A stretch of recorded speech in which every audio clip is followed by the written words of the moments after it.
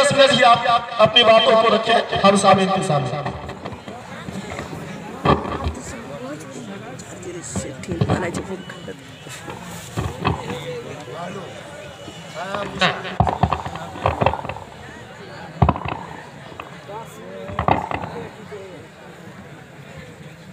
अस्सलामु अलैकुम वरहमतुल्लाहि वबरकातुहू।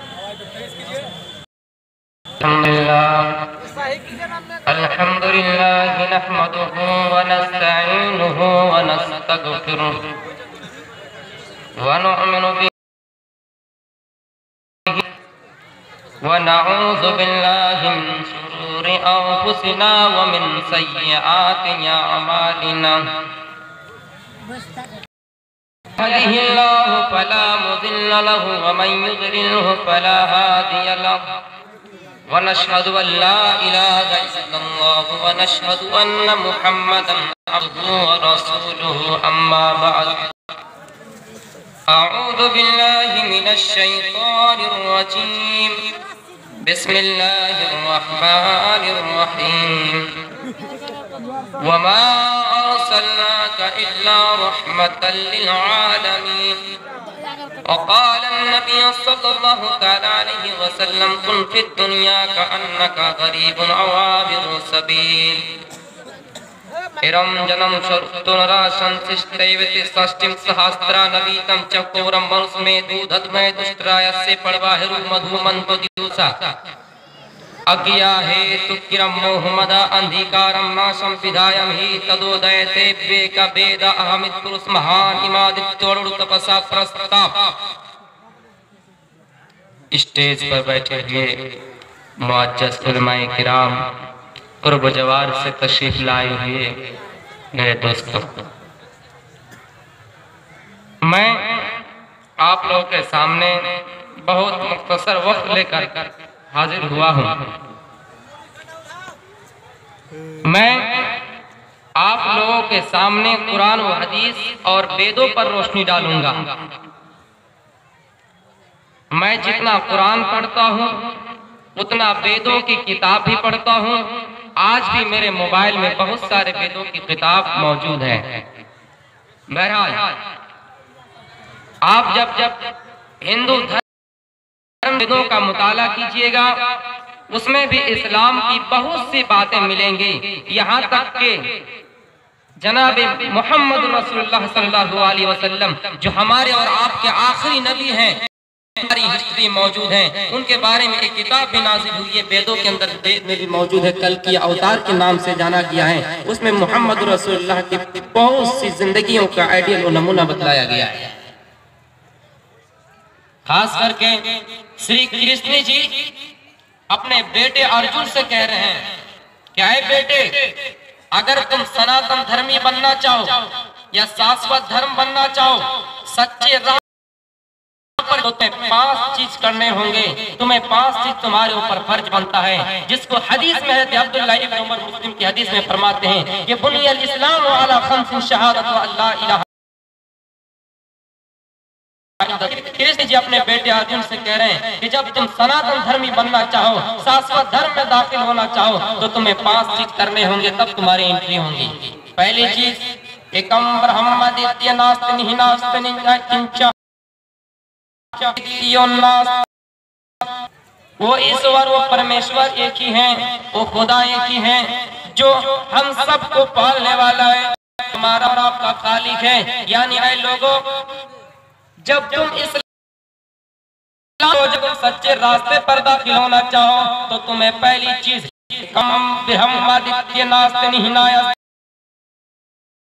गाही दो कि ईश्वर एक ही है, ईश्वर एक ही, अल्लाह एक ही है। यानी लोगों का पालनहार, लोगों की रक्षा करने वाला, लोगों को खिलाने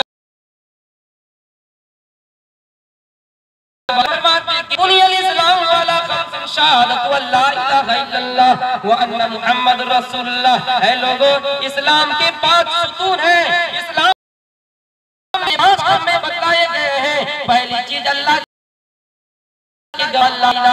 दिल से ये तस्लीम, इक़रारुन बिल लिसान, इक़रारुन बितस्दीक़ुन बिल गवाही दो कि अल्लाह एक है, उसके अलावा कोई दूसरा माबूद नहीं। फरमाया है लोगों, श्री कृष्ण जी अपने बेटे अर्जुन से कह रहे हैं कि नकासी प्रतिमा, वो ईश्वर ऐसा है जिसका कोई फोटो नहीं, जिसका कोई तस्वीर नहीं, जिसकी कोई छवि नहीं। मेरे प्यारे साथियों, आगे ये भी फरमाया नकासी कसकीजा जनीता न कदीपा, वो ईश्वर जिसको किसी ने पैदा नहीं किया और उसके वो भी किसी को नहीं जाना, या नहीं वो किसी के बेटा है, न उससे कोई औलाद पैदा हुए हैं। मेरे ध्यान पढ़ते हैं, सूरह इखलास पढ़ते हैं कि लम यलिद वलम यूलद, ना वो किसी से पैदा हुआ है और ना उससे कोई बेटा पैदा हुआ है। मेरे प्यारे साथियों, मही देवस्य सवितु परिष्टु महान, वो बहुत बड़ा महान है, वो ईश्वर बहुत बड़ा महान है, यानी सारे लोगों को रखी है। मेरे प्यारे साथियों, आगे श्री कृष्ण जी अपने बेटे अर्जुन से कह रहे हैं कि ऐ मेरे बेटे अर्जुन, अगर तुम शाश्वत धर्म बनना चाहते हो, अगर तुम शाश्वत धर्म में एंट्री करना चाहते हो, तो शरीर के 8 हिस्सों को जमीन पर फैलाओ, यानी नमाज पढ़ो। जब हम सजदा करते हैं तो हमारे जिस्म के 8 हिस्से जमीन में होते हैं, यानी अल्लाह ने यहाँ जुज़ कहकर कुल मुराद लिया, यानी नमाज का एक हिस्सा बतला दिया, सजदा बतला दिया। और उससे ये साबित होता है कि सजदा नमाज का अहम रुकन है, अहम नमाज ना करके साष्टांग सामरा सात अष्टम अंग और अंग हिस्सा, यानी 8 हिस्से को जमीन पर फैलाओ। मेरे प्यारे साथियों, उसी चीज को अगर तुम सनातन धर्मी बनना, 8 हिस्से को फैलाओ, यानी नमाज पढ़ो। हदीस में उसी अल्फाज को क्या हुआ, इक़ामुस्सलाह, दूसरी चीज नमाज कायम करो, नमाज अदा करो। जब हम और आप नमाज अदा करते हैं तो हमारे सजदा करने के वक्त हमारे जिस्म के 8 हिस्से जमीन में होते हैं। जब नमाज का टाइम हो जाए, इबादत की तरफ मत बुलाओ, बल्कि जबान से बुलाओ, आलाप करो। उच्चलापी सर्वभक्ष, अपनी जबान से आलाप करो। और इसी चीज को जब हम अजान देते हैं, यानी घंटा बजाकर किसी को इबादत की तरफ नहीं बुलाते हैं, बल्कि हैया सलाह, आओ नमाज की तरफ आओ, इबादत, उसी चीज को वेदों में कहा कि सर्वभक्ष, उच्चलापी सर्वभक्ष। जब इबादत की तरफ बुलाओ तो लोगों को जबान से बुलाओ, और अर्थात ये जुमले बोल बोल कर बुलाओ कि अस्मल्लाम इल्लल्लाह मिकरो इल्लल्लाह इल्लल्लाह, यानी अल्लाहु अकबर कहकर बुलाओ। इल्लल्लाह इल्लल्लाह मिकरो इल्लल्लाह इल्लल्लाह, अशहदु अल्ला मोहम्मद रसूल रख बरस अस्मल्लाह इल्लल्लाह में तो और इल्लल्लाह, यानी अशहदु अन्ना मुहम्मदुर रसूलुल्लाह कहकर बुलाओ।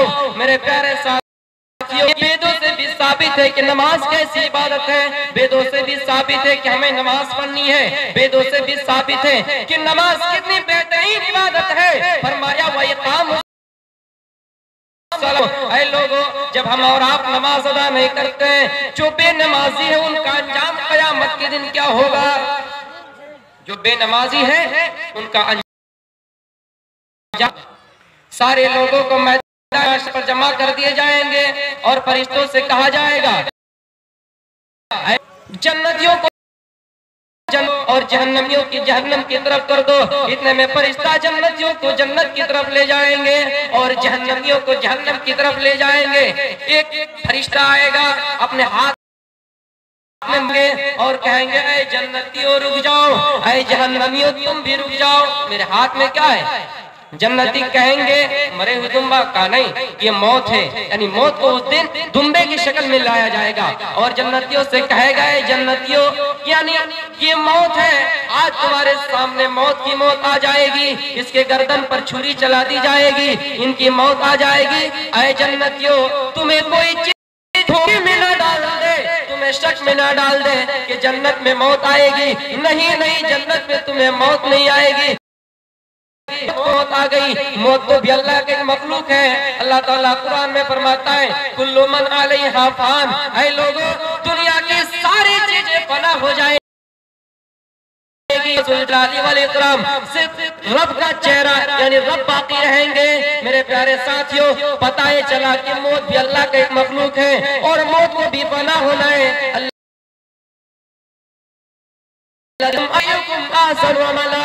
यानी मौत को अल्लाह पैदा किया है, मौत को मारेगा भी। जन्नतियों के सामने मौत को मौत आ जाएगी, जहन्नमियों के सामने मौत को मौत आ जाएगी। और फरमाया, ऐ लोगों, जाओ अब तुम जन्नत में हमेशा रहो, तुम्हें मौत नहीं आएगी। जहन्नमी जहन्नम के अंदर दाखिल होंगे, खिड़की खोलकर जहन्नमी की तरफ झांक कर देखेंगे और जहन्नमियों को देखकर ऐसा लगेगा किसी की गर्दन कटे पड़े हैं, किसी के पैर कटे पड़े हैं, किसी के हाथ कटा पड़ा है। जन्नती देखकर कहेंगे, ऐ जहन्नमियों, तुम्हारे साथ उठना बैठना दुनिया में हमारा हुआ करता था, लेकिन आज तुम्हें जहन्नम में किस चीज, और हम ये कि सोनेली की बाजार में जा बात है कि तुम जहन्नम में जल रहे हो और तुम्हारी हालत है। जहन्नमी का जवाब सुनो मेरे भाइयों। जहन्नमी कहेंगे, ऐ जन्नतियों, तुम और हम एक ही साथ दुनिया में उठना बैठना किया करते थे, लेकिन जब मुअज्जिन पुकारता था अल्लाहु अकबर, नमाज की तरफ जाया करते थे और हम शैतान की तरफ फरार हो जाया करते थे, हम कभी नमाज नहीं पढ़ते थे। वलम नकु मिनल मुसल्लीन, हम दुनिया थे, यही वो अंजाम है, यही अल्लाह ने मुझे आज जहन्नम में डाला है, जिसके बदौलत जहन्नम में जलना पड़ता है। मेरे प्यारे साथियों, गौर कीजिए, वो जहन्नमी जन्नतियों से कहेंगे, जन्नतियों, आज हमारा गला सूख रहा है, थोड़ा सा हमें हयात दे दो, जन्नत का एक कतरा दे दो, आज हमारा गला सूख रहा है। दुनिया का अगर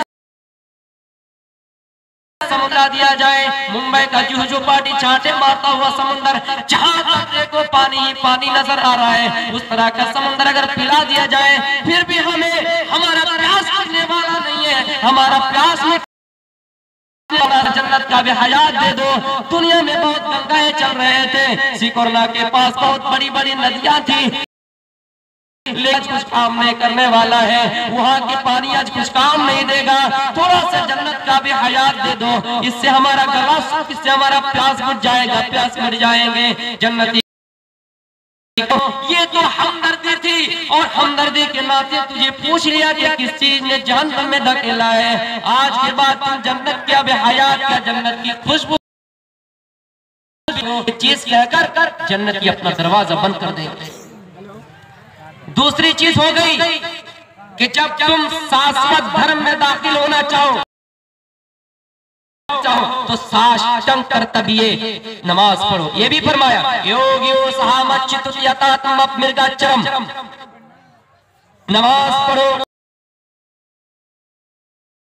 हिरन की खाल पर नमाज पढ़ो, मुसल्लिक नमाज पढ़ो। नमाज के जिक्र वेदों में भी मौजूद है। तीसरी चीज तीर्थिमा वास्तु, तीसरी चीज फरमाया कि दानम दीक्षिता,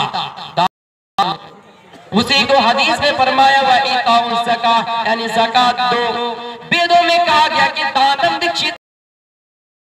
साथियों, हम और आप कौन से दान देते हैं? हमारे जब खेत से खलियान से धान आ गए, हमने जब उसको उड़ा लिया, सुखा लिया, जो अच्छा अच्छा माल हो हमने उसको हमने कोठरी में मर लिए। जो अलगे दाना हो, यानी जो लास्ट में दाना बच जाए, जो हम जिसको हम और आप फालतू कहते हैं, उस अलगे दान हम अल्लाह के राह में खर्च करते हैं। जिस तरह हमारी और आपकी माएं मरी हुई मुर्गी को, ये मुर्गी मर गई अल्लाह के नाम पे। मेरे प्यारे साथियों, इसी तरह के हम और आप दान देते हैं। हालांकि कुरान तो फरमाता है कि लन तनालुल बिर्रा हत्ता तुनफिकू मा तुहिब्बूना मिम्मा, ऐ लोगों, तुम अल्लाह के रास्ते में ऐसे माल खर्च करो जो तुम्हारे नजदीक सबसे ज्यादा पसंदीदा हो, जो तुम्हारे नजदीक सबसे अच्छा महबूब हो, उस माल को अल्लाह के राह में खर्च करो। हम और आप ना जाने कौन कर रहे हैं, हम और आप ना जाने कौन कौन से ज़कात दे रहे हैं, ये अल्लाह ये कैसे हमारी अमाल को कबूल करेगा।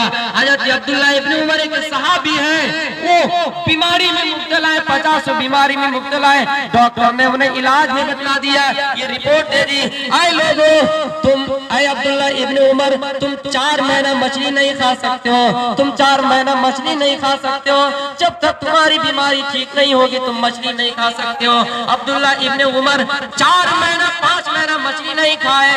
जब डॉक्टर ने बता दिया अब तुम्हारी बीमारी ठीक हो गई है, अब तुम मछली खा सकते हो, अब्दुल्ला इब्न उमर ने बाजार से मछली लाया और अपनी बीवी से कहा, मेरी बीवी 4 महीना का मैं प्यासा हूँ, 4 महीना का 4 महीना का मैं भूखा हूँ, इसलिए आज मैं तेजी से खाऊंगा। तो मेरे प्यारे साथियों, जब उन्हीं में उसी वक्त में आया और उसने चाहा, उसने मांगा कि ये मछली मुझे दे दिया जाए या पैसा दे दी जाए, तो अब्दुल्ला इब्न उमर ने कहा, मेरे नजर में मछली भी ज्यादा महबूब है, अभी महबूब है, मैं किस चीज को हिबा करूं, मैं किस चीज को दान दूं। इसलिए अब्दुल्ला इब्न उमर सोचने में परेशान हो गए, इसलिए दोनों को अल्लाह के राह में खर्च कर दिया। मेरे प्यारे साथियों, तीसरी चीज फरमाया कि दानम दीक्षिता दान दो, और चौथी चीज व्रतधारी रोजा रखो, ईश्वर के लिए कुछ रखो, उसी को फरमाया तसूम रमजाना। चौथी चीज रोजा रखो, और लास्ट में फरमाया पांचवी चीज तीर्थ यात्रा कर्तव्य, गंगा जलेसर भवती स्नानम कर्तव्य पापम नासम। पांचवी चीज, किसी ऐसे पवित्र शहर की यात्रा करो, किसी पवित्र शहर की यात्रा करो जहां गंगा जल मौजूद हो। हालांकि ये चीज थोड़ी सी डिफरेंस है मेरे प्यारे साथियों, ऐसे जगह जाओ जहां गंगा जल मौजूद हो। इसी को हम हदीस तुम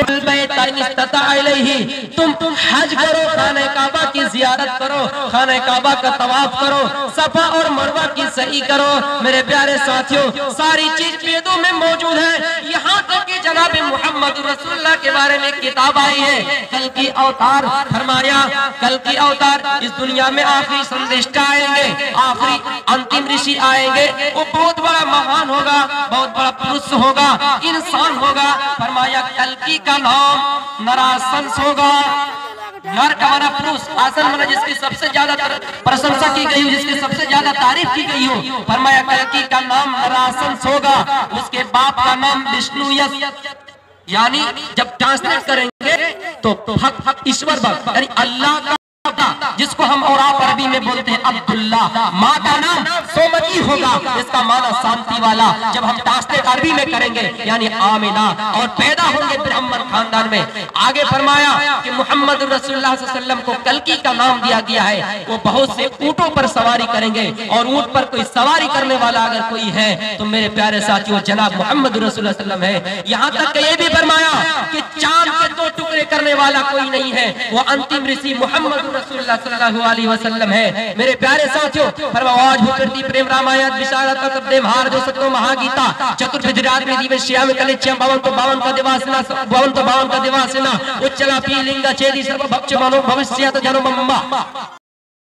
टुकड़े करने वाले कोई नहीं है। राजा भोज जब हिंदुस्तान से सफर करके मदीना गए और वहाँ पर लोगों से पूछा कि चांद के 2 टुकड़े किसने किया, सबने फरमाया नरासंस। यानी मेरे प्यारे साथियों, उस वक्त राजा भोज मोहम्मद रसूलुल्लाह के पास है और फरमाया हे गिरजानाथ नमस्ते मरुसल्ली निवासिने त्रिपुरा सुरनाशी बहु माया प्रवर्तिने।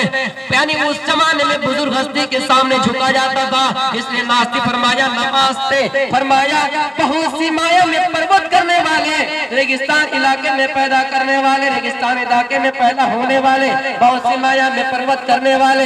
यानी उस दौर में सबसे ज्यादा रेगिस्तान इलाके अगर किसी शहर में तो अरब में है। जनाबी मोहम्मद रसूलुल्लाह उसी रेगिस्तान इलाके में ऊंट की सफर किया करते थे, ऊंट की सवारी आपकी ज्यादा होती थी। यहाँ तक के फरमाया वो कस्वा नाम की ऊँटनी है जिस पर आखिरी खुतबा हज्जतुल विदा दिया, और फरमाया आखिरी बीबी जिसके होंगे उनकी बीबी कितने होंगे 12। रमदनम शरुत्तुनरासं सिष्टैवते षष्टिम सहस्रा नबीतम चकोरम मरुस्मे दूधत्मय उष्ट्रायस्य परबाहिरु मधुमंतो द्युदशा 10 रज़ाकार हजरात जो भी हैं औरतों के पिंडाल कम पड़ गया है, इसलिए कहीं से जाल उनका इंतजाम जागा को।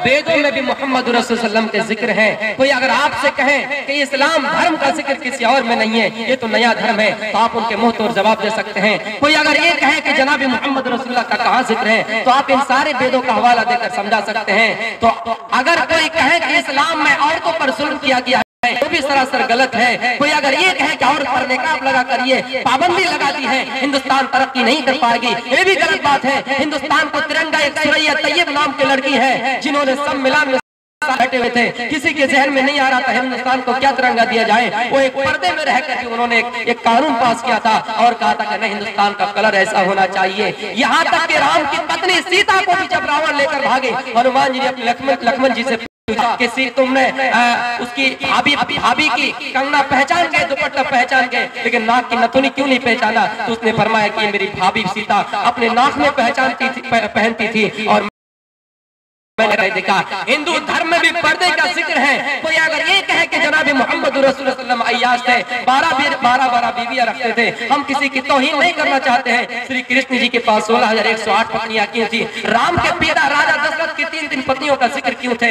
मेरे प्यारे साथियों, सारी चीज वेदों में मौजूद है। इंशाअल्लाह टाइम नहीं है, फिर मैं अगर तो मैं आपके सामने आऊंगा। यहीं से मैं अपनी तकरीर को खत्म करता हूँ। आखिर में अल्लाह रब्बुल आलमीन से दुआ है कि बारी अल्लाह हम सब तमाम मुसलमानों को सत्य धर्म पर चलने के तौफीक अता फरमाए, हम सबको इस्लाम पर चलने के तौफीक अता फरमाए। अल्हम्दुलिल्लाह रब्बिल आलमीन। अस्सलामु अलैकुम व रहमतुल्लाह।